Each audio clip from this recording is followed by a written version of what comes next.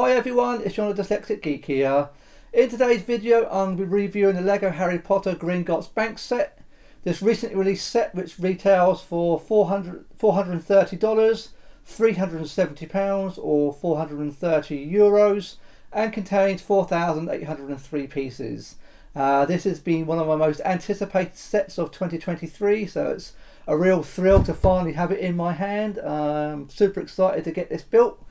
It's beautiful, it's amazing, I can't wait to show you guys. So let's get it done and I'll give you my full thoughts and opinions on this set.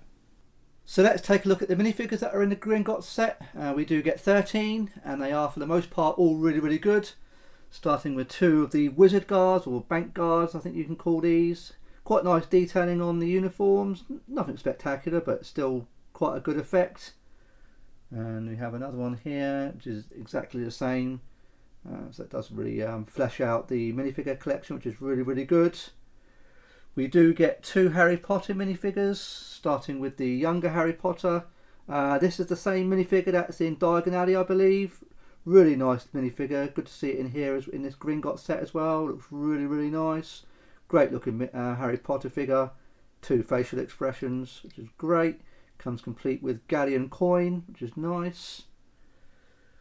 We get an older Harry Potter, which is a really nice looking minifigure. I do like the facial expressions.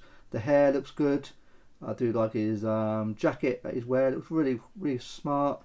Again, two faces on this one.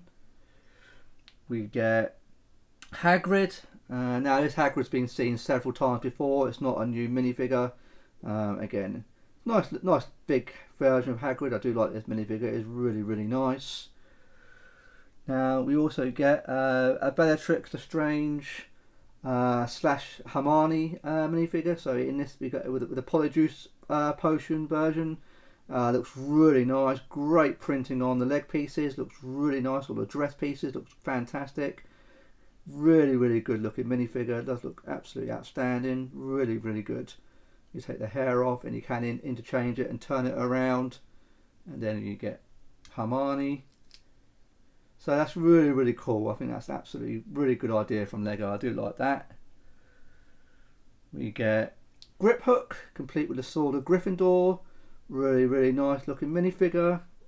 I do love the Sword of Gryffindor. It's really nice. So it has been seen before. It does come with two facial expressions, which are great. I do like these hair pieces with the moulded ears on them. Does look really good. Next we have Bogrod.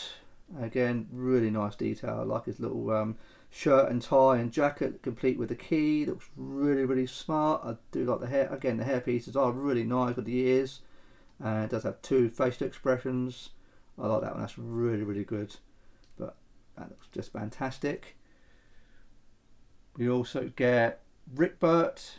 Again, really nice looking uniform. Like his bow tie and shirt and jacket looks really good. Comes complete with galleon coin. Goes all the way around the back. And again, two facial expressions. We get two goblins. These are really nice. I do like the jacket again with the little like pocket watches in well, they've got the chains anyway. I'm guessing they may be supposed to be pocket watches in the pocket perhaps. Complete with a key. Looks really nice. Again, two facial expressions. Another of the goblins that we get in this set again is exactly the same, pretty much, just with a different face. And this guy comes with, looks like a camera, I'm guessing. I think this might be, not quite sure. Goes around the back again. Two facial expressions. Now my final favourite two minifigures in this set is the Ron minifigure. Looks just brilliant. Really nice detailing. Looks outstanding. Looks really good. Comes complete with two hair pieces, obviously with the Polyjuice potion effect. We have that one with the beard, and we turn him around, and we have the Ron Weasley sort of expression on the face there with the hairpiece. Does look really good. I think it's an outstanding minifigure. Looks really nice. But my favourite minifigure of the set personally is the Death Eater. This just looks absolutely splendid. Really nicely detailed. looks really dark and mysterious. I think Lego have captured this incredibly well. I love the colour detailing, you know, the grey and the black, the sort of death mask face looks quite creepy. Really, really well done. This is absolutely outstanding. I think it's possibly my favourite minifigure in the entire set. So overall, really, really good minifigures. Can't really complain about any of them. Really, really good. First, we'll take a look at the Ukrainian Iron Belly Dragon, which does look really, really good. It's a lot bigger than I was expecting. It's a really, really nice looking model. I was really, really pleased with this. Far more substantial than I was expecting, and it does look really, really good. It's a nice build, really quite clever. We've got quite a lot of movement. I love this effect on the wings that can open up. It is a really nice feeling material on the wings. It really is good, but they do open up and expand. So I quite like that on like rivets to sort of really clever effect. It's totally posable, which is really good. The face printing on, now this is all printed on here, which is really nice to see. It does look just quite fantastic, complete with like flame fire shooting out the mouth. Really, really good. Completely a whole load of movement. You can move the head, you can move the tail. It's got movement on it's all over the place. So you can really have a lot of fun playing around with it, trying to pose it however you like. You've got the movable toes, all the legs are all movement. That just has so much functionality to it. I do love the effect of these like scales on all the way down. It looks just fantastic. It really is. I knew it was obviously going to be in this set. When we have it up close in person, it's a lovely, really, really lovely thing. So it's something, not something Lego have done as an afterthought. It's got a lot of attention's gone into it. It was really good fun to build. I think it's just fantastic. Really, really nice surprise. It's just, yeah, it's huge. I just love these wings. You can see them when they collapse. Yeah, very good Lego. Really, really nicely done. So here we have the underground bank vaults, and this is just fantastic. So much fun to put together. It really, really is just amazing. I think Lego have done an outstanding job with this. Solid. It just looks fantastic. There's so many nice detailing on this underground bank vault. I particularly love this like waterfall effect. It's very clever. Really quite simple, but very, very effective. It is just amazing. It really is. It's so good. Such a satisfying thing to put together. It's just massive. The camera doesn't quite pick up the sense of scale. It's hard to sort of try to explain, but it's just massive. Just looking at it in front of me right now, I just love looking at it. It really, really is just an out there idea. I don't know how Lego came up with this. It's just ingenious. It really is. You have all the various bank vaults that go all the way around it.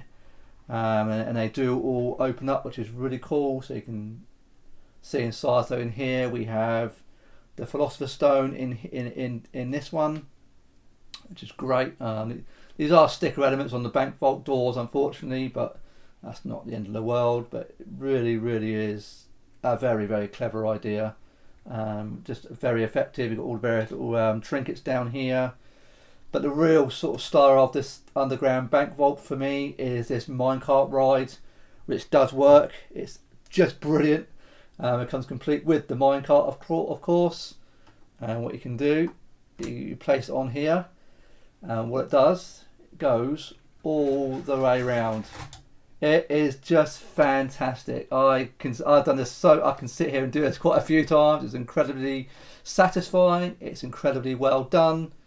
Let's try and capture it again. I'll do this a few times because it really is so much fun to do. You see it go around. I can't quite do it fast enough, but it's brilliant. It really is. Oh, I love it. It's such a playful thing. I mean, shame there's no way to motorise it. Unfortunately, it is all manual, but it's just outstanding. It really is very, very clever. But what you can do on each of the vaults, you can stop the minecart at different vaults. See on here, you have these breakers, so you can lift these on this lever to stop the cart going down, so you can stop. So you spin it round, it will stop, which is, I think, it's fantastic. It really is very, very clever. You've got another one down here to stop at the next vault, so you just have it on there, release the cart, and it goes round. That's brilliant. I love doing it. I could spend ages doing it. It's quite satisfying, really. And then let it go down again, and it comes down to the end to a complete stop where we have this like stopper down here, which is a good idea. It's brilliant. It really is. I keep saying it. It's just amazing.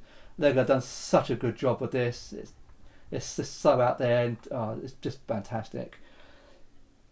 It does have one more hidden feature as well, which is I wasn't expecting. So down here, you have obviously another vault down here. Now, one thing I was expecting down here is a little. I'm not sure the camera can see it, but down here you have a little like cup thing. Now this is at an angle. When I was building it, I thought I made a mistake because it sort of flops down, if you know what I mean. And what you do, you push it, and all the cups fall. You got all these various goblets, loads of them. So basically, from obviously the Deathly Hallows, when they touch the cups and they all multiply, that's what this does. You've got a little hole through here that you can feed them, and you get something. It's like 20 odd of these gold and silver cups, and you just put them through the little hole. It's quite tricky to do, but you can do it. There we go. So you put them all in there. I'm not load them all again, and you push them, and they just fall down. It's very simple but clever thing. I wasn't expecting that at all. So it's a really nice playful effect. Have a little bit more detail down below. I say this waterfall effect is really, really good. It just looks just fantastic. It's so good. So pleased with it. It's just out there, outstanding. And the final part of the review is the actual Gringotts bank itself, which does look amazing. It really, really is just outstanding. It's huge. It is in fact basically a full-scale Harry Potter modular. The base plate is a full-size modular. You get as a normal modular, if you like. Complete with the next to it, you have the magical menagerie. I love this Gringotts bank. It's such a special set. I do appreciate all this like white cladding along the side. Incredibly satisfying to put together. You've got all the cobblestones, so when you add it onto Diagon Alley, it all blends in really, really well. From every angle, Lego have just absolutely nailed this. I don't think how they ever top this, I do not know. But it's just so beautiful. So many little details. There's quite a lot of stickers, as you can see down here. Which is a bit of a shame. It'd be nice if these had been printed, but that's the way it goes. Along here you have an owl flying around. I do like this drain pipe. Really, really clever effect. And as we move around, look inside the bank itself. Oh wow, it's just absolutely amazing. Such an improvement from the previous one from 2011, I think it was. Inside it's so roomy and spacious. I mean, it's not a huge amount in there, if you know what I mean. It's not exactly sort of you expect like a modular building. It's not multiple floors. It is just the main vault and this little upstairs gallery up here. But doesn't really make it any different. It doesn't really bother me. But what's really, really nice, what I was expecting on these walls, these are printed pieces, and there's quite a lot of them. All these pillars are printed. Now I thought these were going to be stickers, so it's really nice to see. I'll get a little bit more close up. They look really, really good, very clever effect. I say, as much as I criticise the stickers, it's really nice to see the printed pieces in there. That's really, really good. I do love the hanging chandelier inside there. It's very, very clever.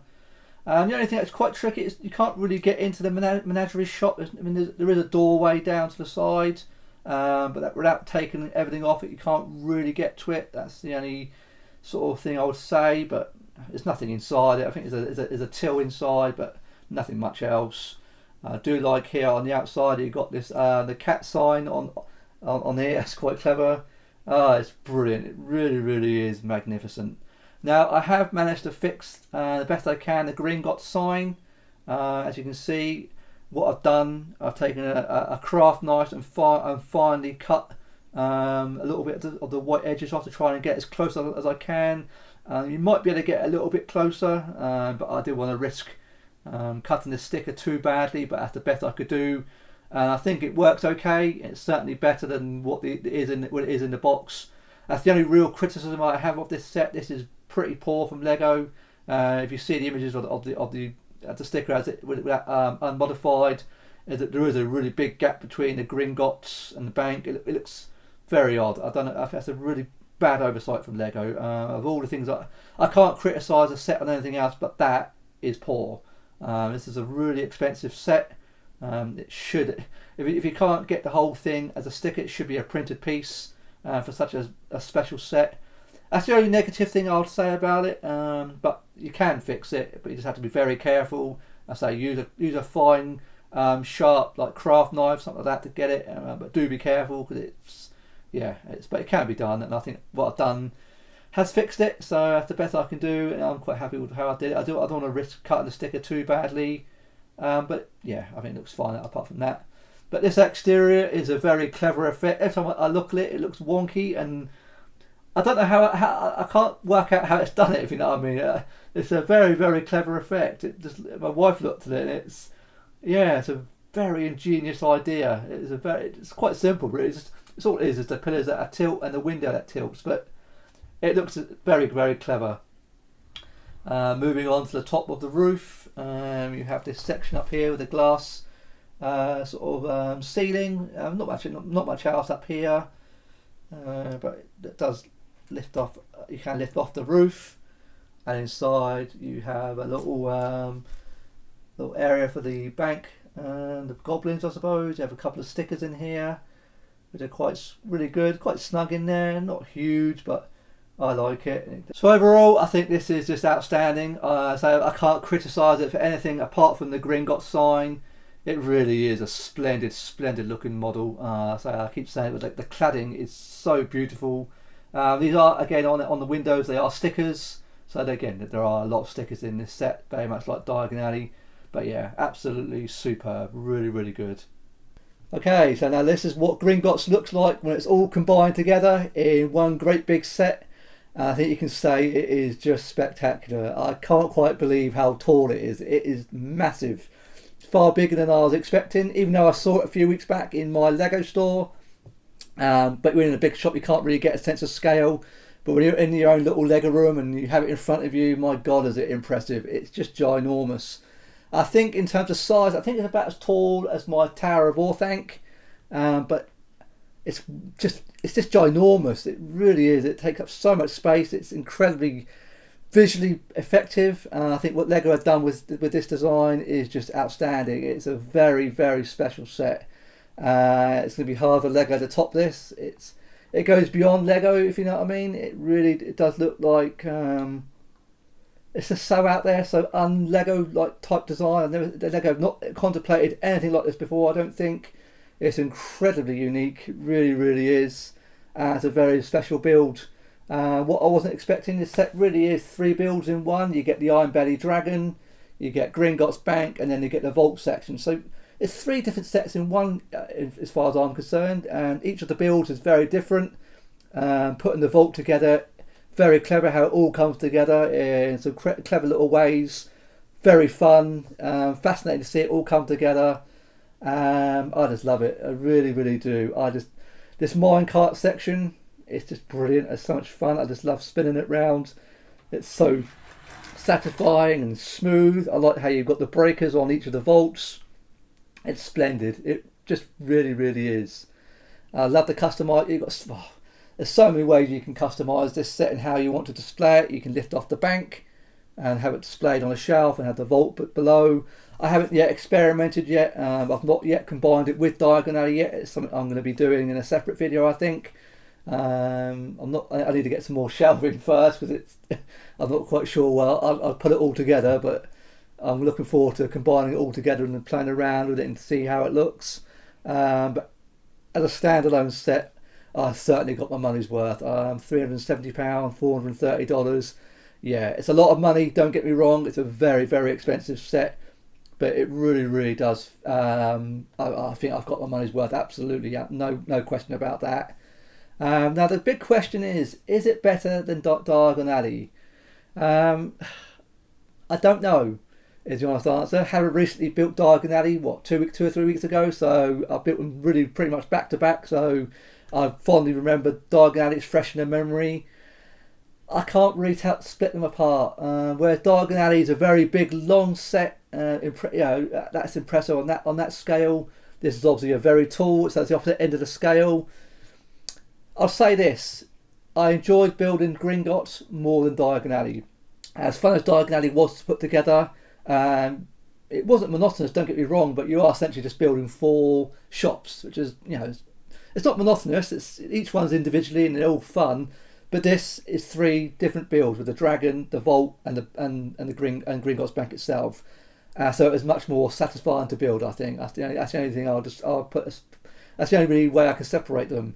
But they're on par with each other. They both complement each other very well.